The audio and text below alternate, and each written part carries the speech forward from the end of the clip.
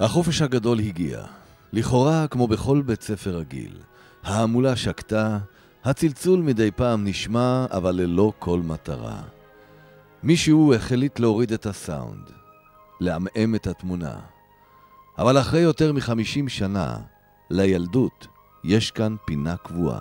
זה ילד הייתי. ברדקיסט. הייתי ילד כמו שילד צריך להיות. היה בי הכל.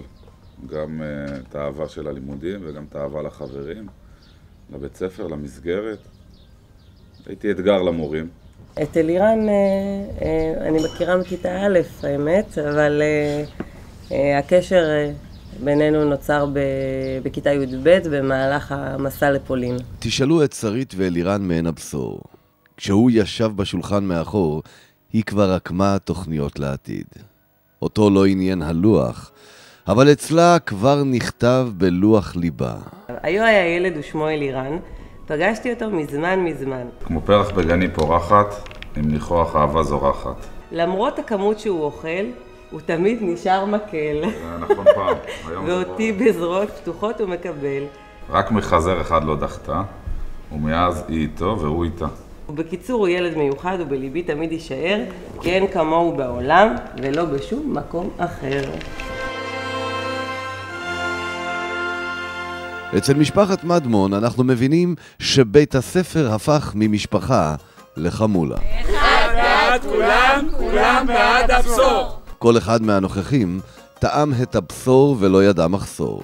אני הייתי, לשמחתי הרבה, המחזור הראשון שגמר את כיתה ח' בבית ספר הבשור. זו הייתה חוויה לכל החיים.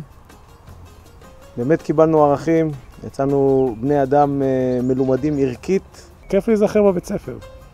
תמיד אני רוצה להיות ילד קטן, זה מה שאשתי אומרת לי, אתה מחוזר לגיל 17. הבית ספר והבית היו מקשה אחת. חברים אחר כך באים הביתה והולכים אליהם, ונפגשים בערב, ומסיבות, הכל זה אותה חברה, אותה קבוצה, טיולים, הכל ביחד. תמיד הייתה לי תחושה שהחינוך כאן פחות טוב, וכשהגעתי לשם וראיתי מול מי אני מתמודדת, אז הבנתי שהערכים שלי והחינוך שקיבלתי כאן הקנו לי ידע מאוד טוב, ובסוף אני זאתי שסיימתי מצטיינת ולא כל אלה שהיו להם את האמצעים.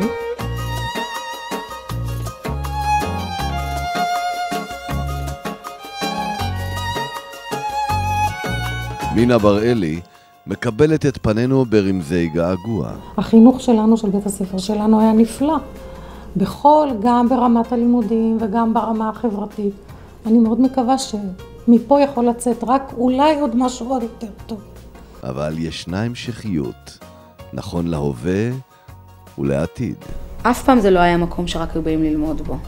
זאת אומרת, אני לא מכירה בתי ספר בעיר, זה הבית ספר היחידי שאני מכירה, אבל אני שומעת מאנשים שאני נפגשת איתם, שבית ספר זה מקום שבאים, הולכים, לומדים, חוזרים הביתה. זה אף פעם לא היה כזה דבר, גם כשאני הייתי תלמידה זה לא היה ככה. יש אנשים שמנסים לומר, בית ספר זה קירות, זה לא קירות, זה בית. מה יש בבית הזה? מהו סוד הקסם?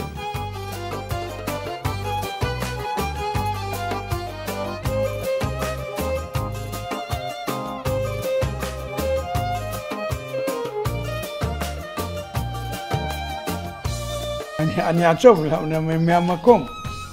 אי אפשר, איפה יש ללכת? אני לא יכול ללכת לעבוד שם. חופש אחרון בבשור. אפילו בשעת קיץ חמה ישנה כאן שלכת. הדגל מתנוסס, אבל הנס כבר לא יקרה. איך רקדנו? איך טיילנו? איך בילינו? וגם קצת איך למדנו. אבל ממשיכים לשמור על תקשורת. באיזו תחושה אני יוצא מפה? תשמע, די עצוב מאוד, ואפילו אני לא יודע איך אני יוצא מזה, מהקטע של לעזוב את הבשור. זה מאוד קשה, תשמע, במיוחד עכשיו שמתחילים לקפל ולארוז, זה מאוד קשה. המצלמות נארזות, האורות קווים, אבל אייל ממשיך ליד מחשב העריכה לערוך ולעזור בסרטים. אך, הלוואי וכל זה היה רק סרט. תלמידים שלי היום הם בני 42. גיל 42, הם כבר ילדים בני 18, שגם הם למדו כאן. זה בית ספר קהילתי, אתה מחבק את כולם. זה מקום שהוא שוקק חיים ושמהווה לב ליבה של הקהילה. ואנשים באמת, כולם ככלל, מרגישים מאוד קרובים למקום הזה. יהיה לי מאוד מאוד קשה לא להגיע למקום הזה יום-יום. זה חלק מהשגרה שלי, שאני מאוד אוהבת.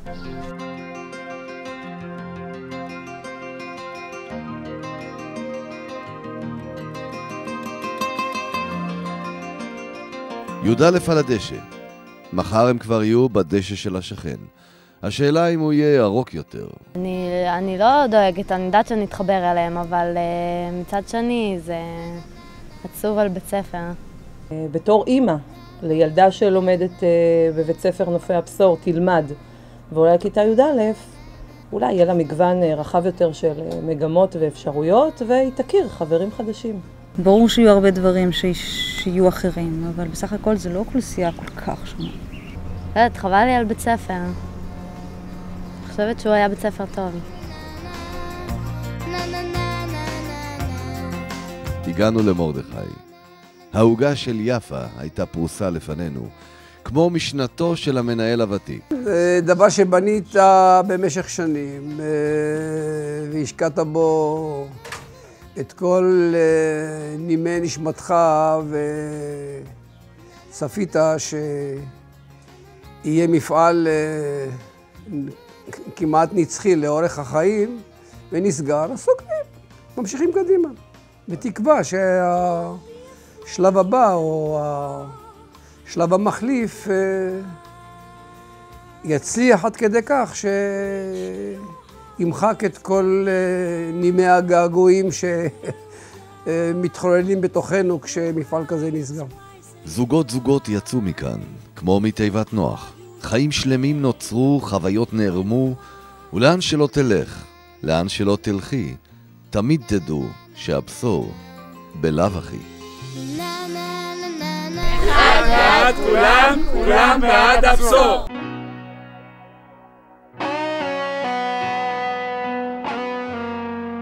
אהבה מילת מפתח, הפותחת כל מנעול, ויש לה דרכים משלה,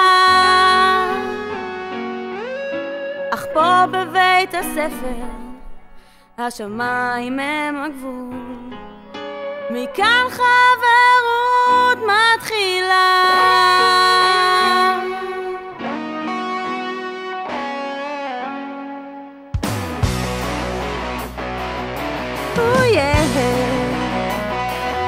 בין השולחן והכיסא צומח זוג שמתנשא, ובין תקשורת למחול הם כבר יוצאים יחדיו בכל מכל בחינה. מבחן בגרות אינו מועד לתחרות, ליבם כעת כבר משותף בין הפתח והחטף. מקצות מושב כמו אחים, האופקים רק נפתחים בזכות הבשור ותלמידיו, אבל לא יכולה כבר בלעדיו. וכל שיעור כאן לדוגמה נעשה עם כל הנשמה, כן זאת אמת לאמיתה והיוצאת מן הכיתה. הבשור היה לי בית וספר לחיי, מצד אחד למדתי אך היה לי רגע פנאי. ישבתי ודגרתי אבל מצד שני תמיד נתנו לי גב להיות מי שאני.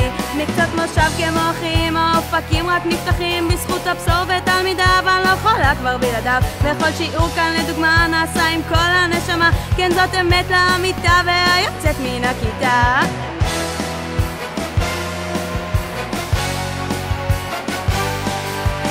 הדשא הירוק אולי טיפה יציב, ובית מתרוקן אותי רק יציב, אבל בלב בפנים תמונה הרגשה שזה לא מסתיים אלא עובר בירושה.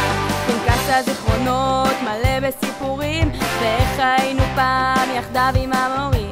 הגבול קצת מטשטש, היחס לא ברור, עד שהצלצול מגיע ואז מתחיל שיעור. מקצת מושב כמו אחים, האופקים רק נפתחים בזכות הבשור ותלמידיו, אבל לא יכולה כבר בלעדיו. בכל שיעור כאן לדוגמה נעשה עם כל הנשמה, כן זאת אמת לאמיתה והיוצאת מן הכיתה. כי מה שכאן הבשור נתן ניתן לכל המשפחה, וכל כלה וכל חתן ועוד סיפור של הצלחה. מכל בחינה מבחן בגרות אינו מועד לתחרות, זה הבשור וזה האור.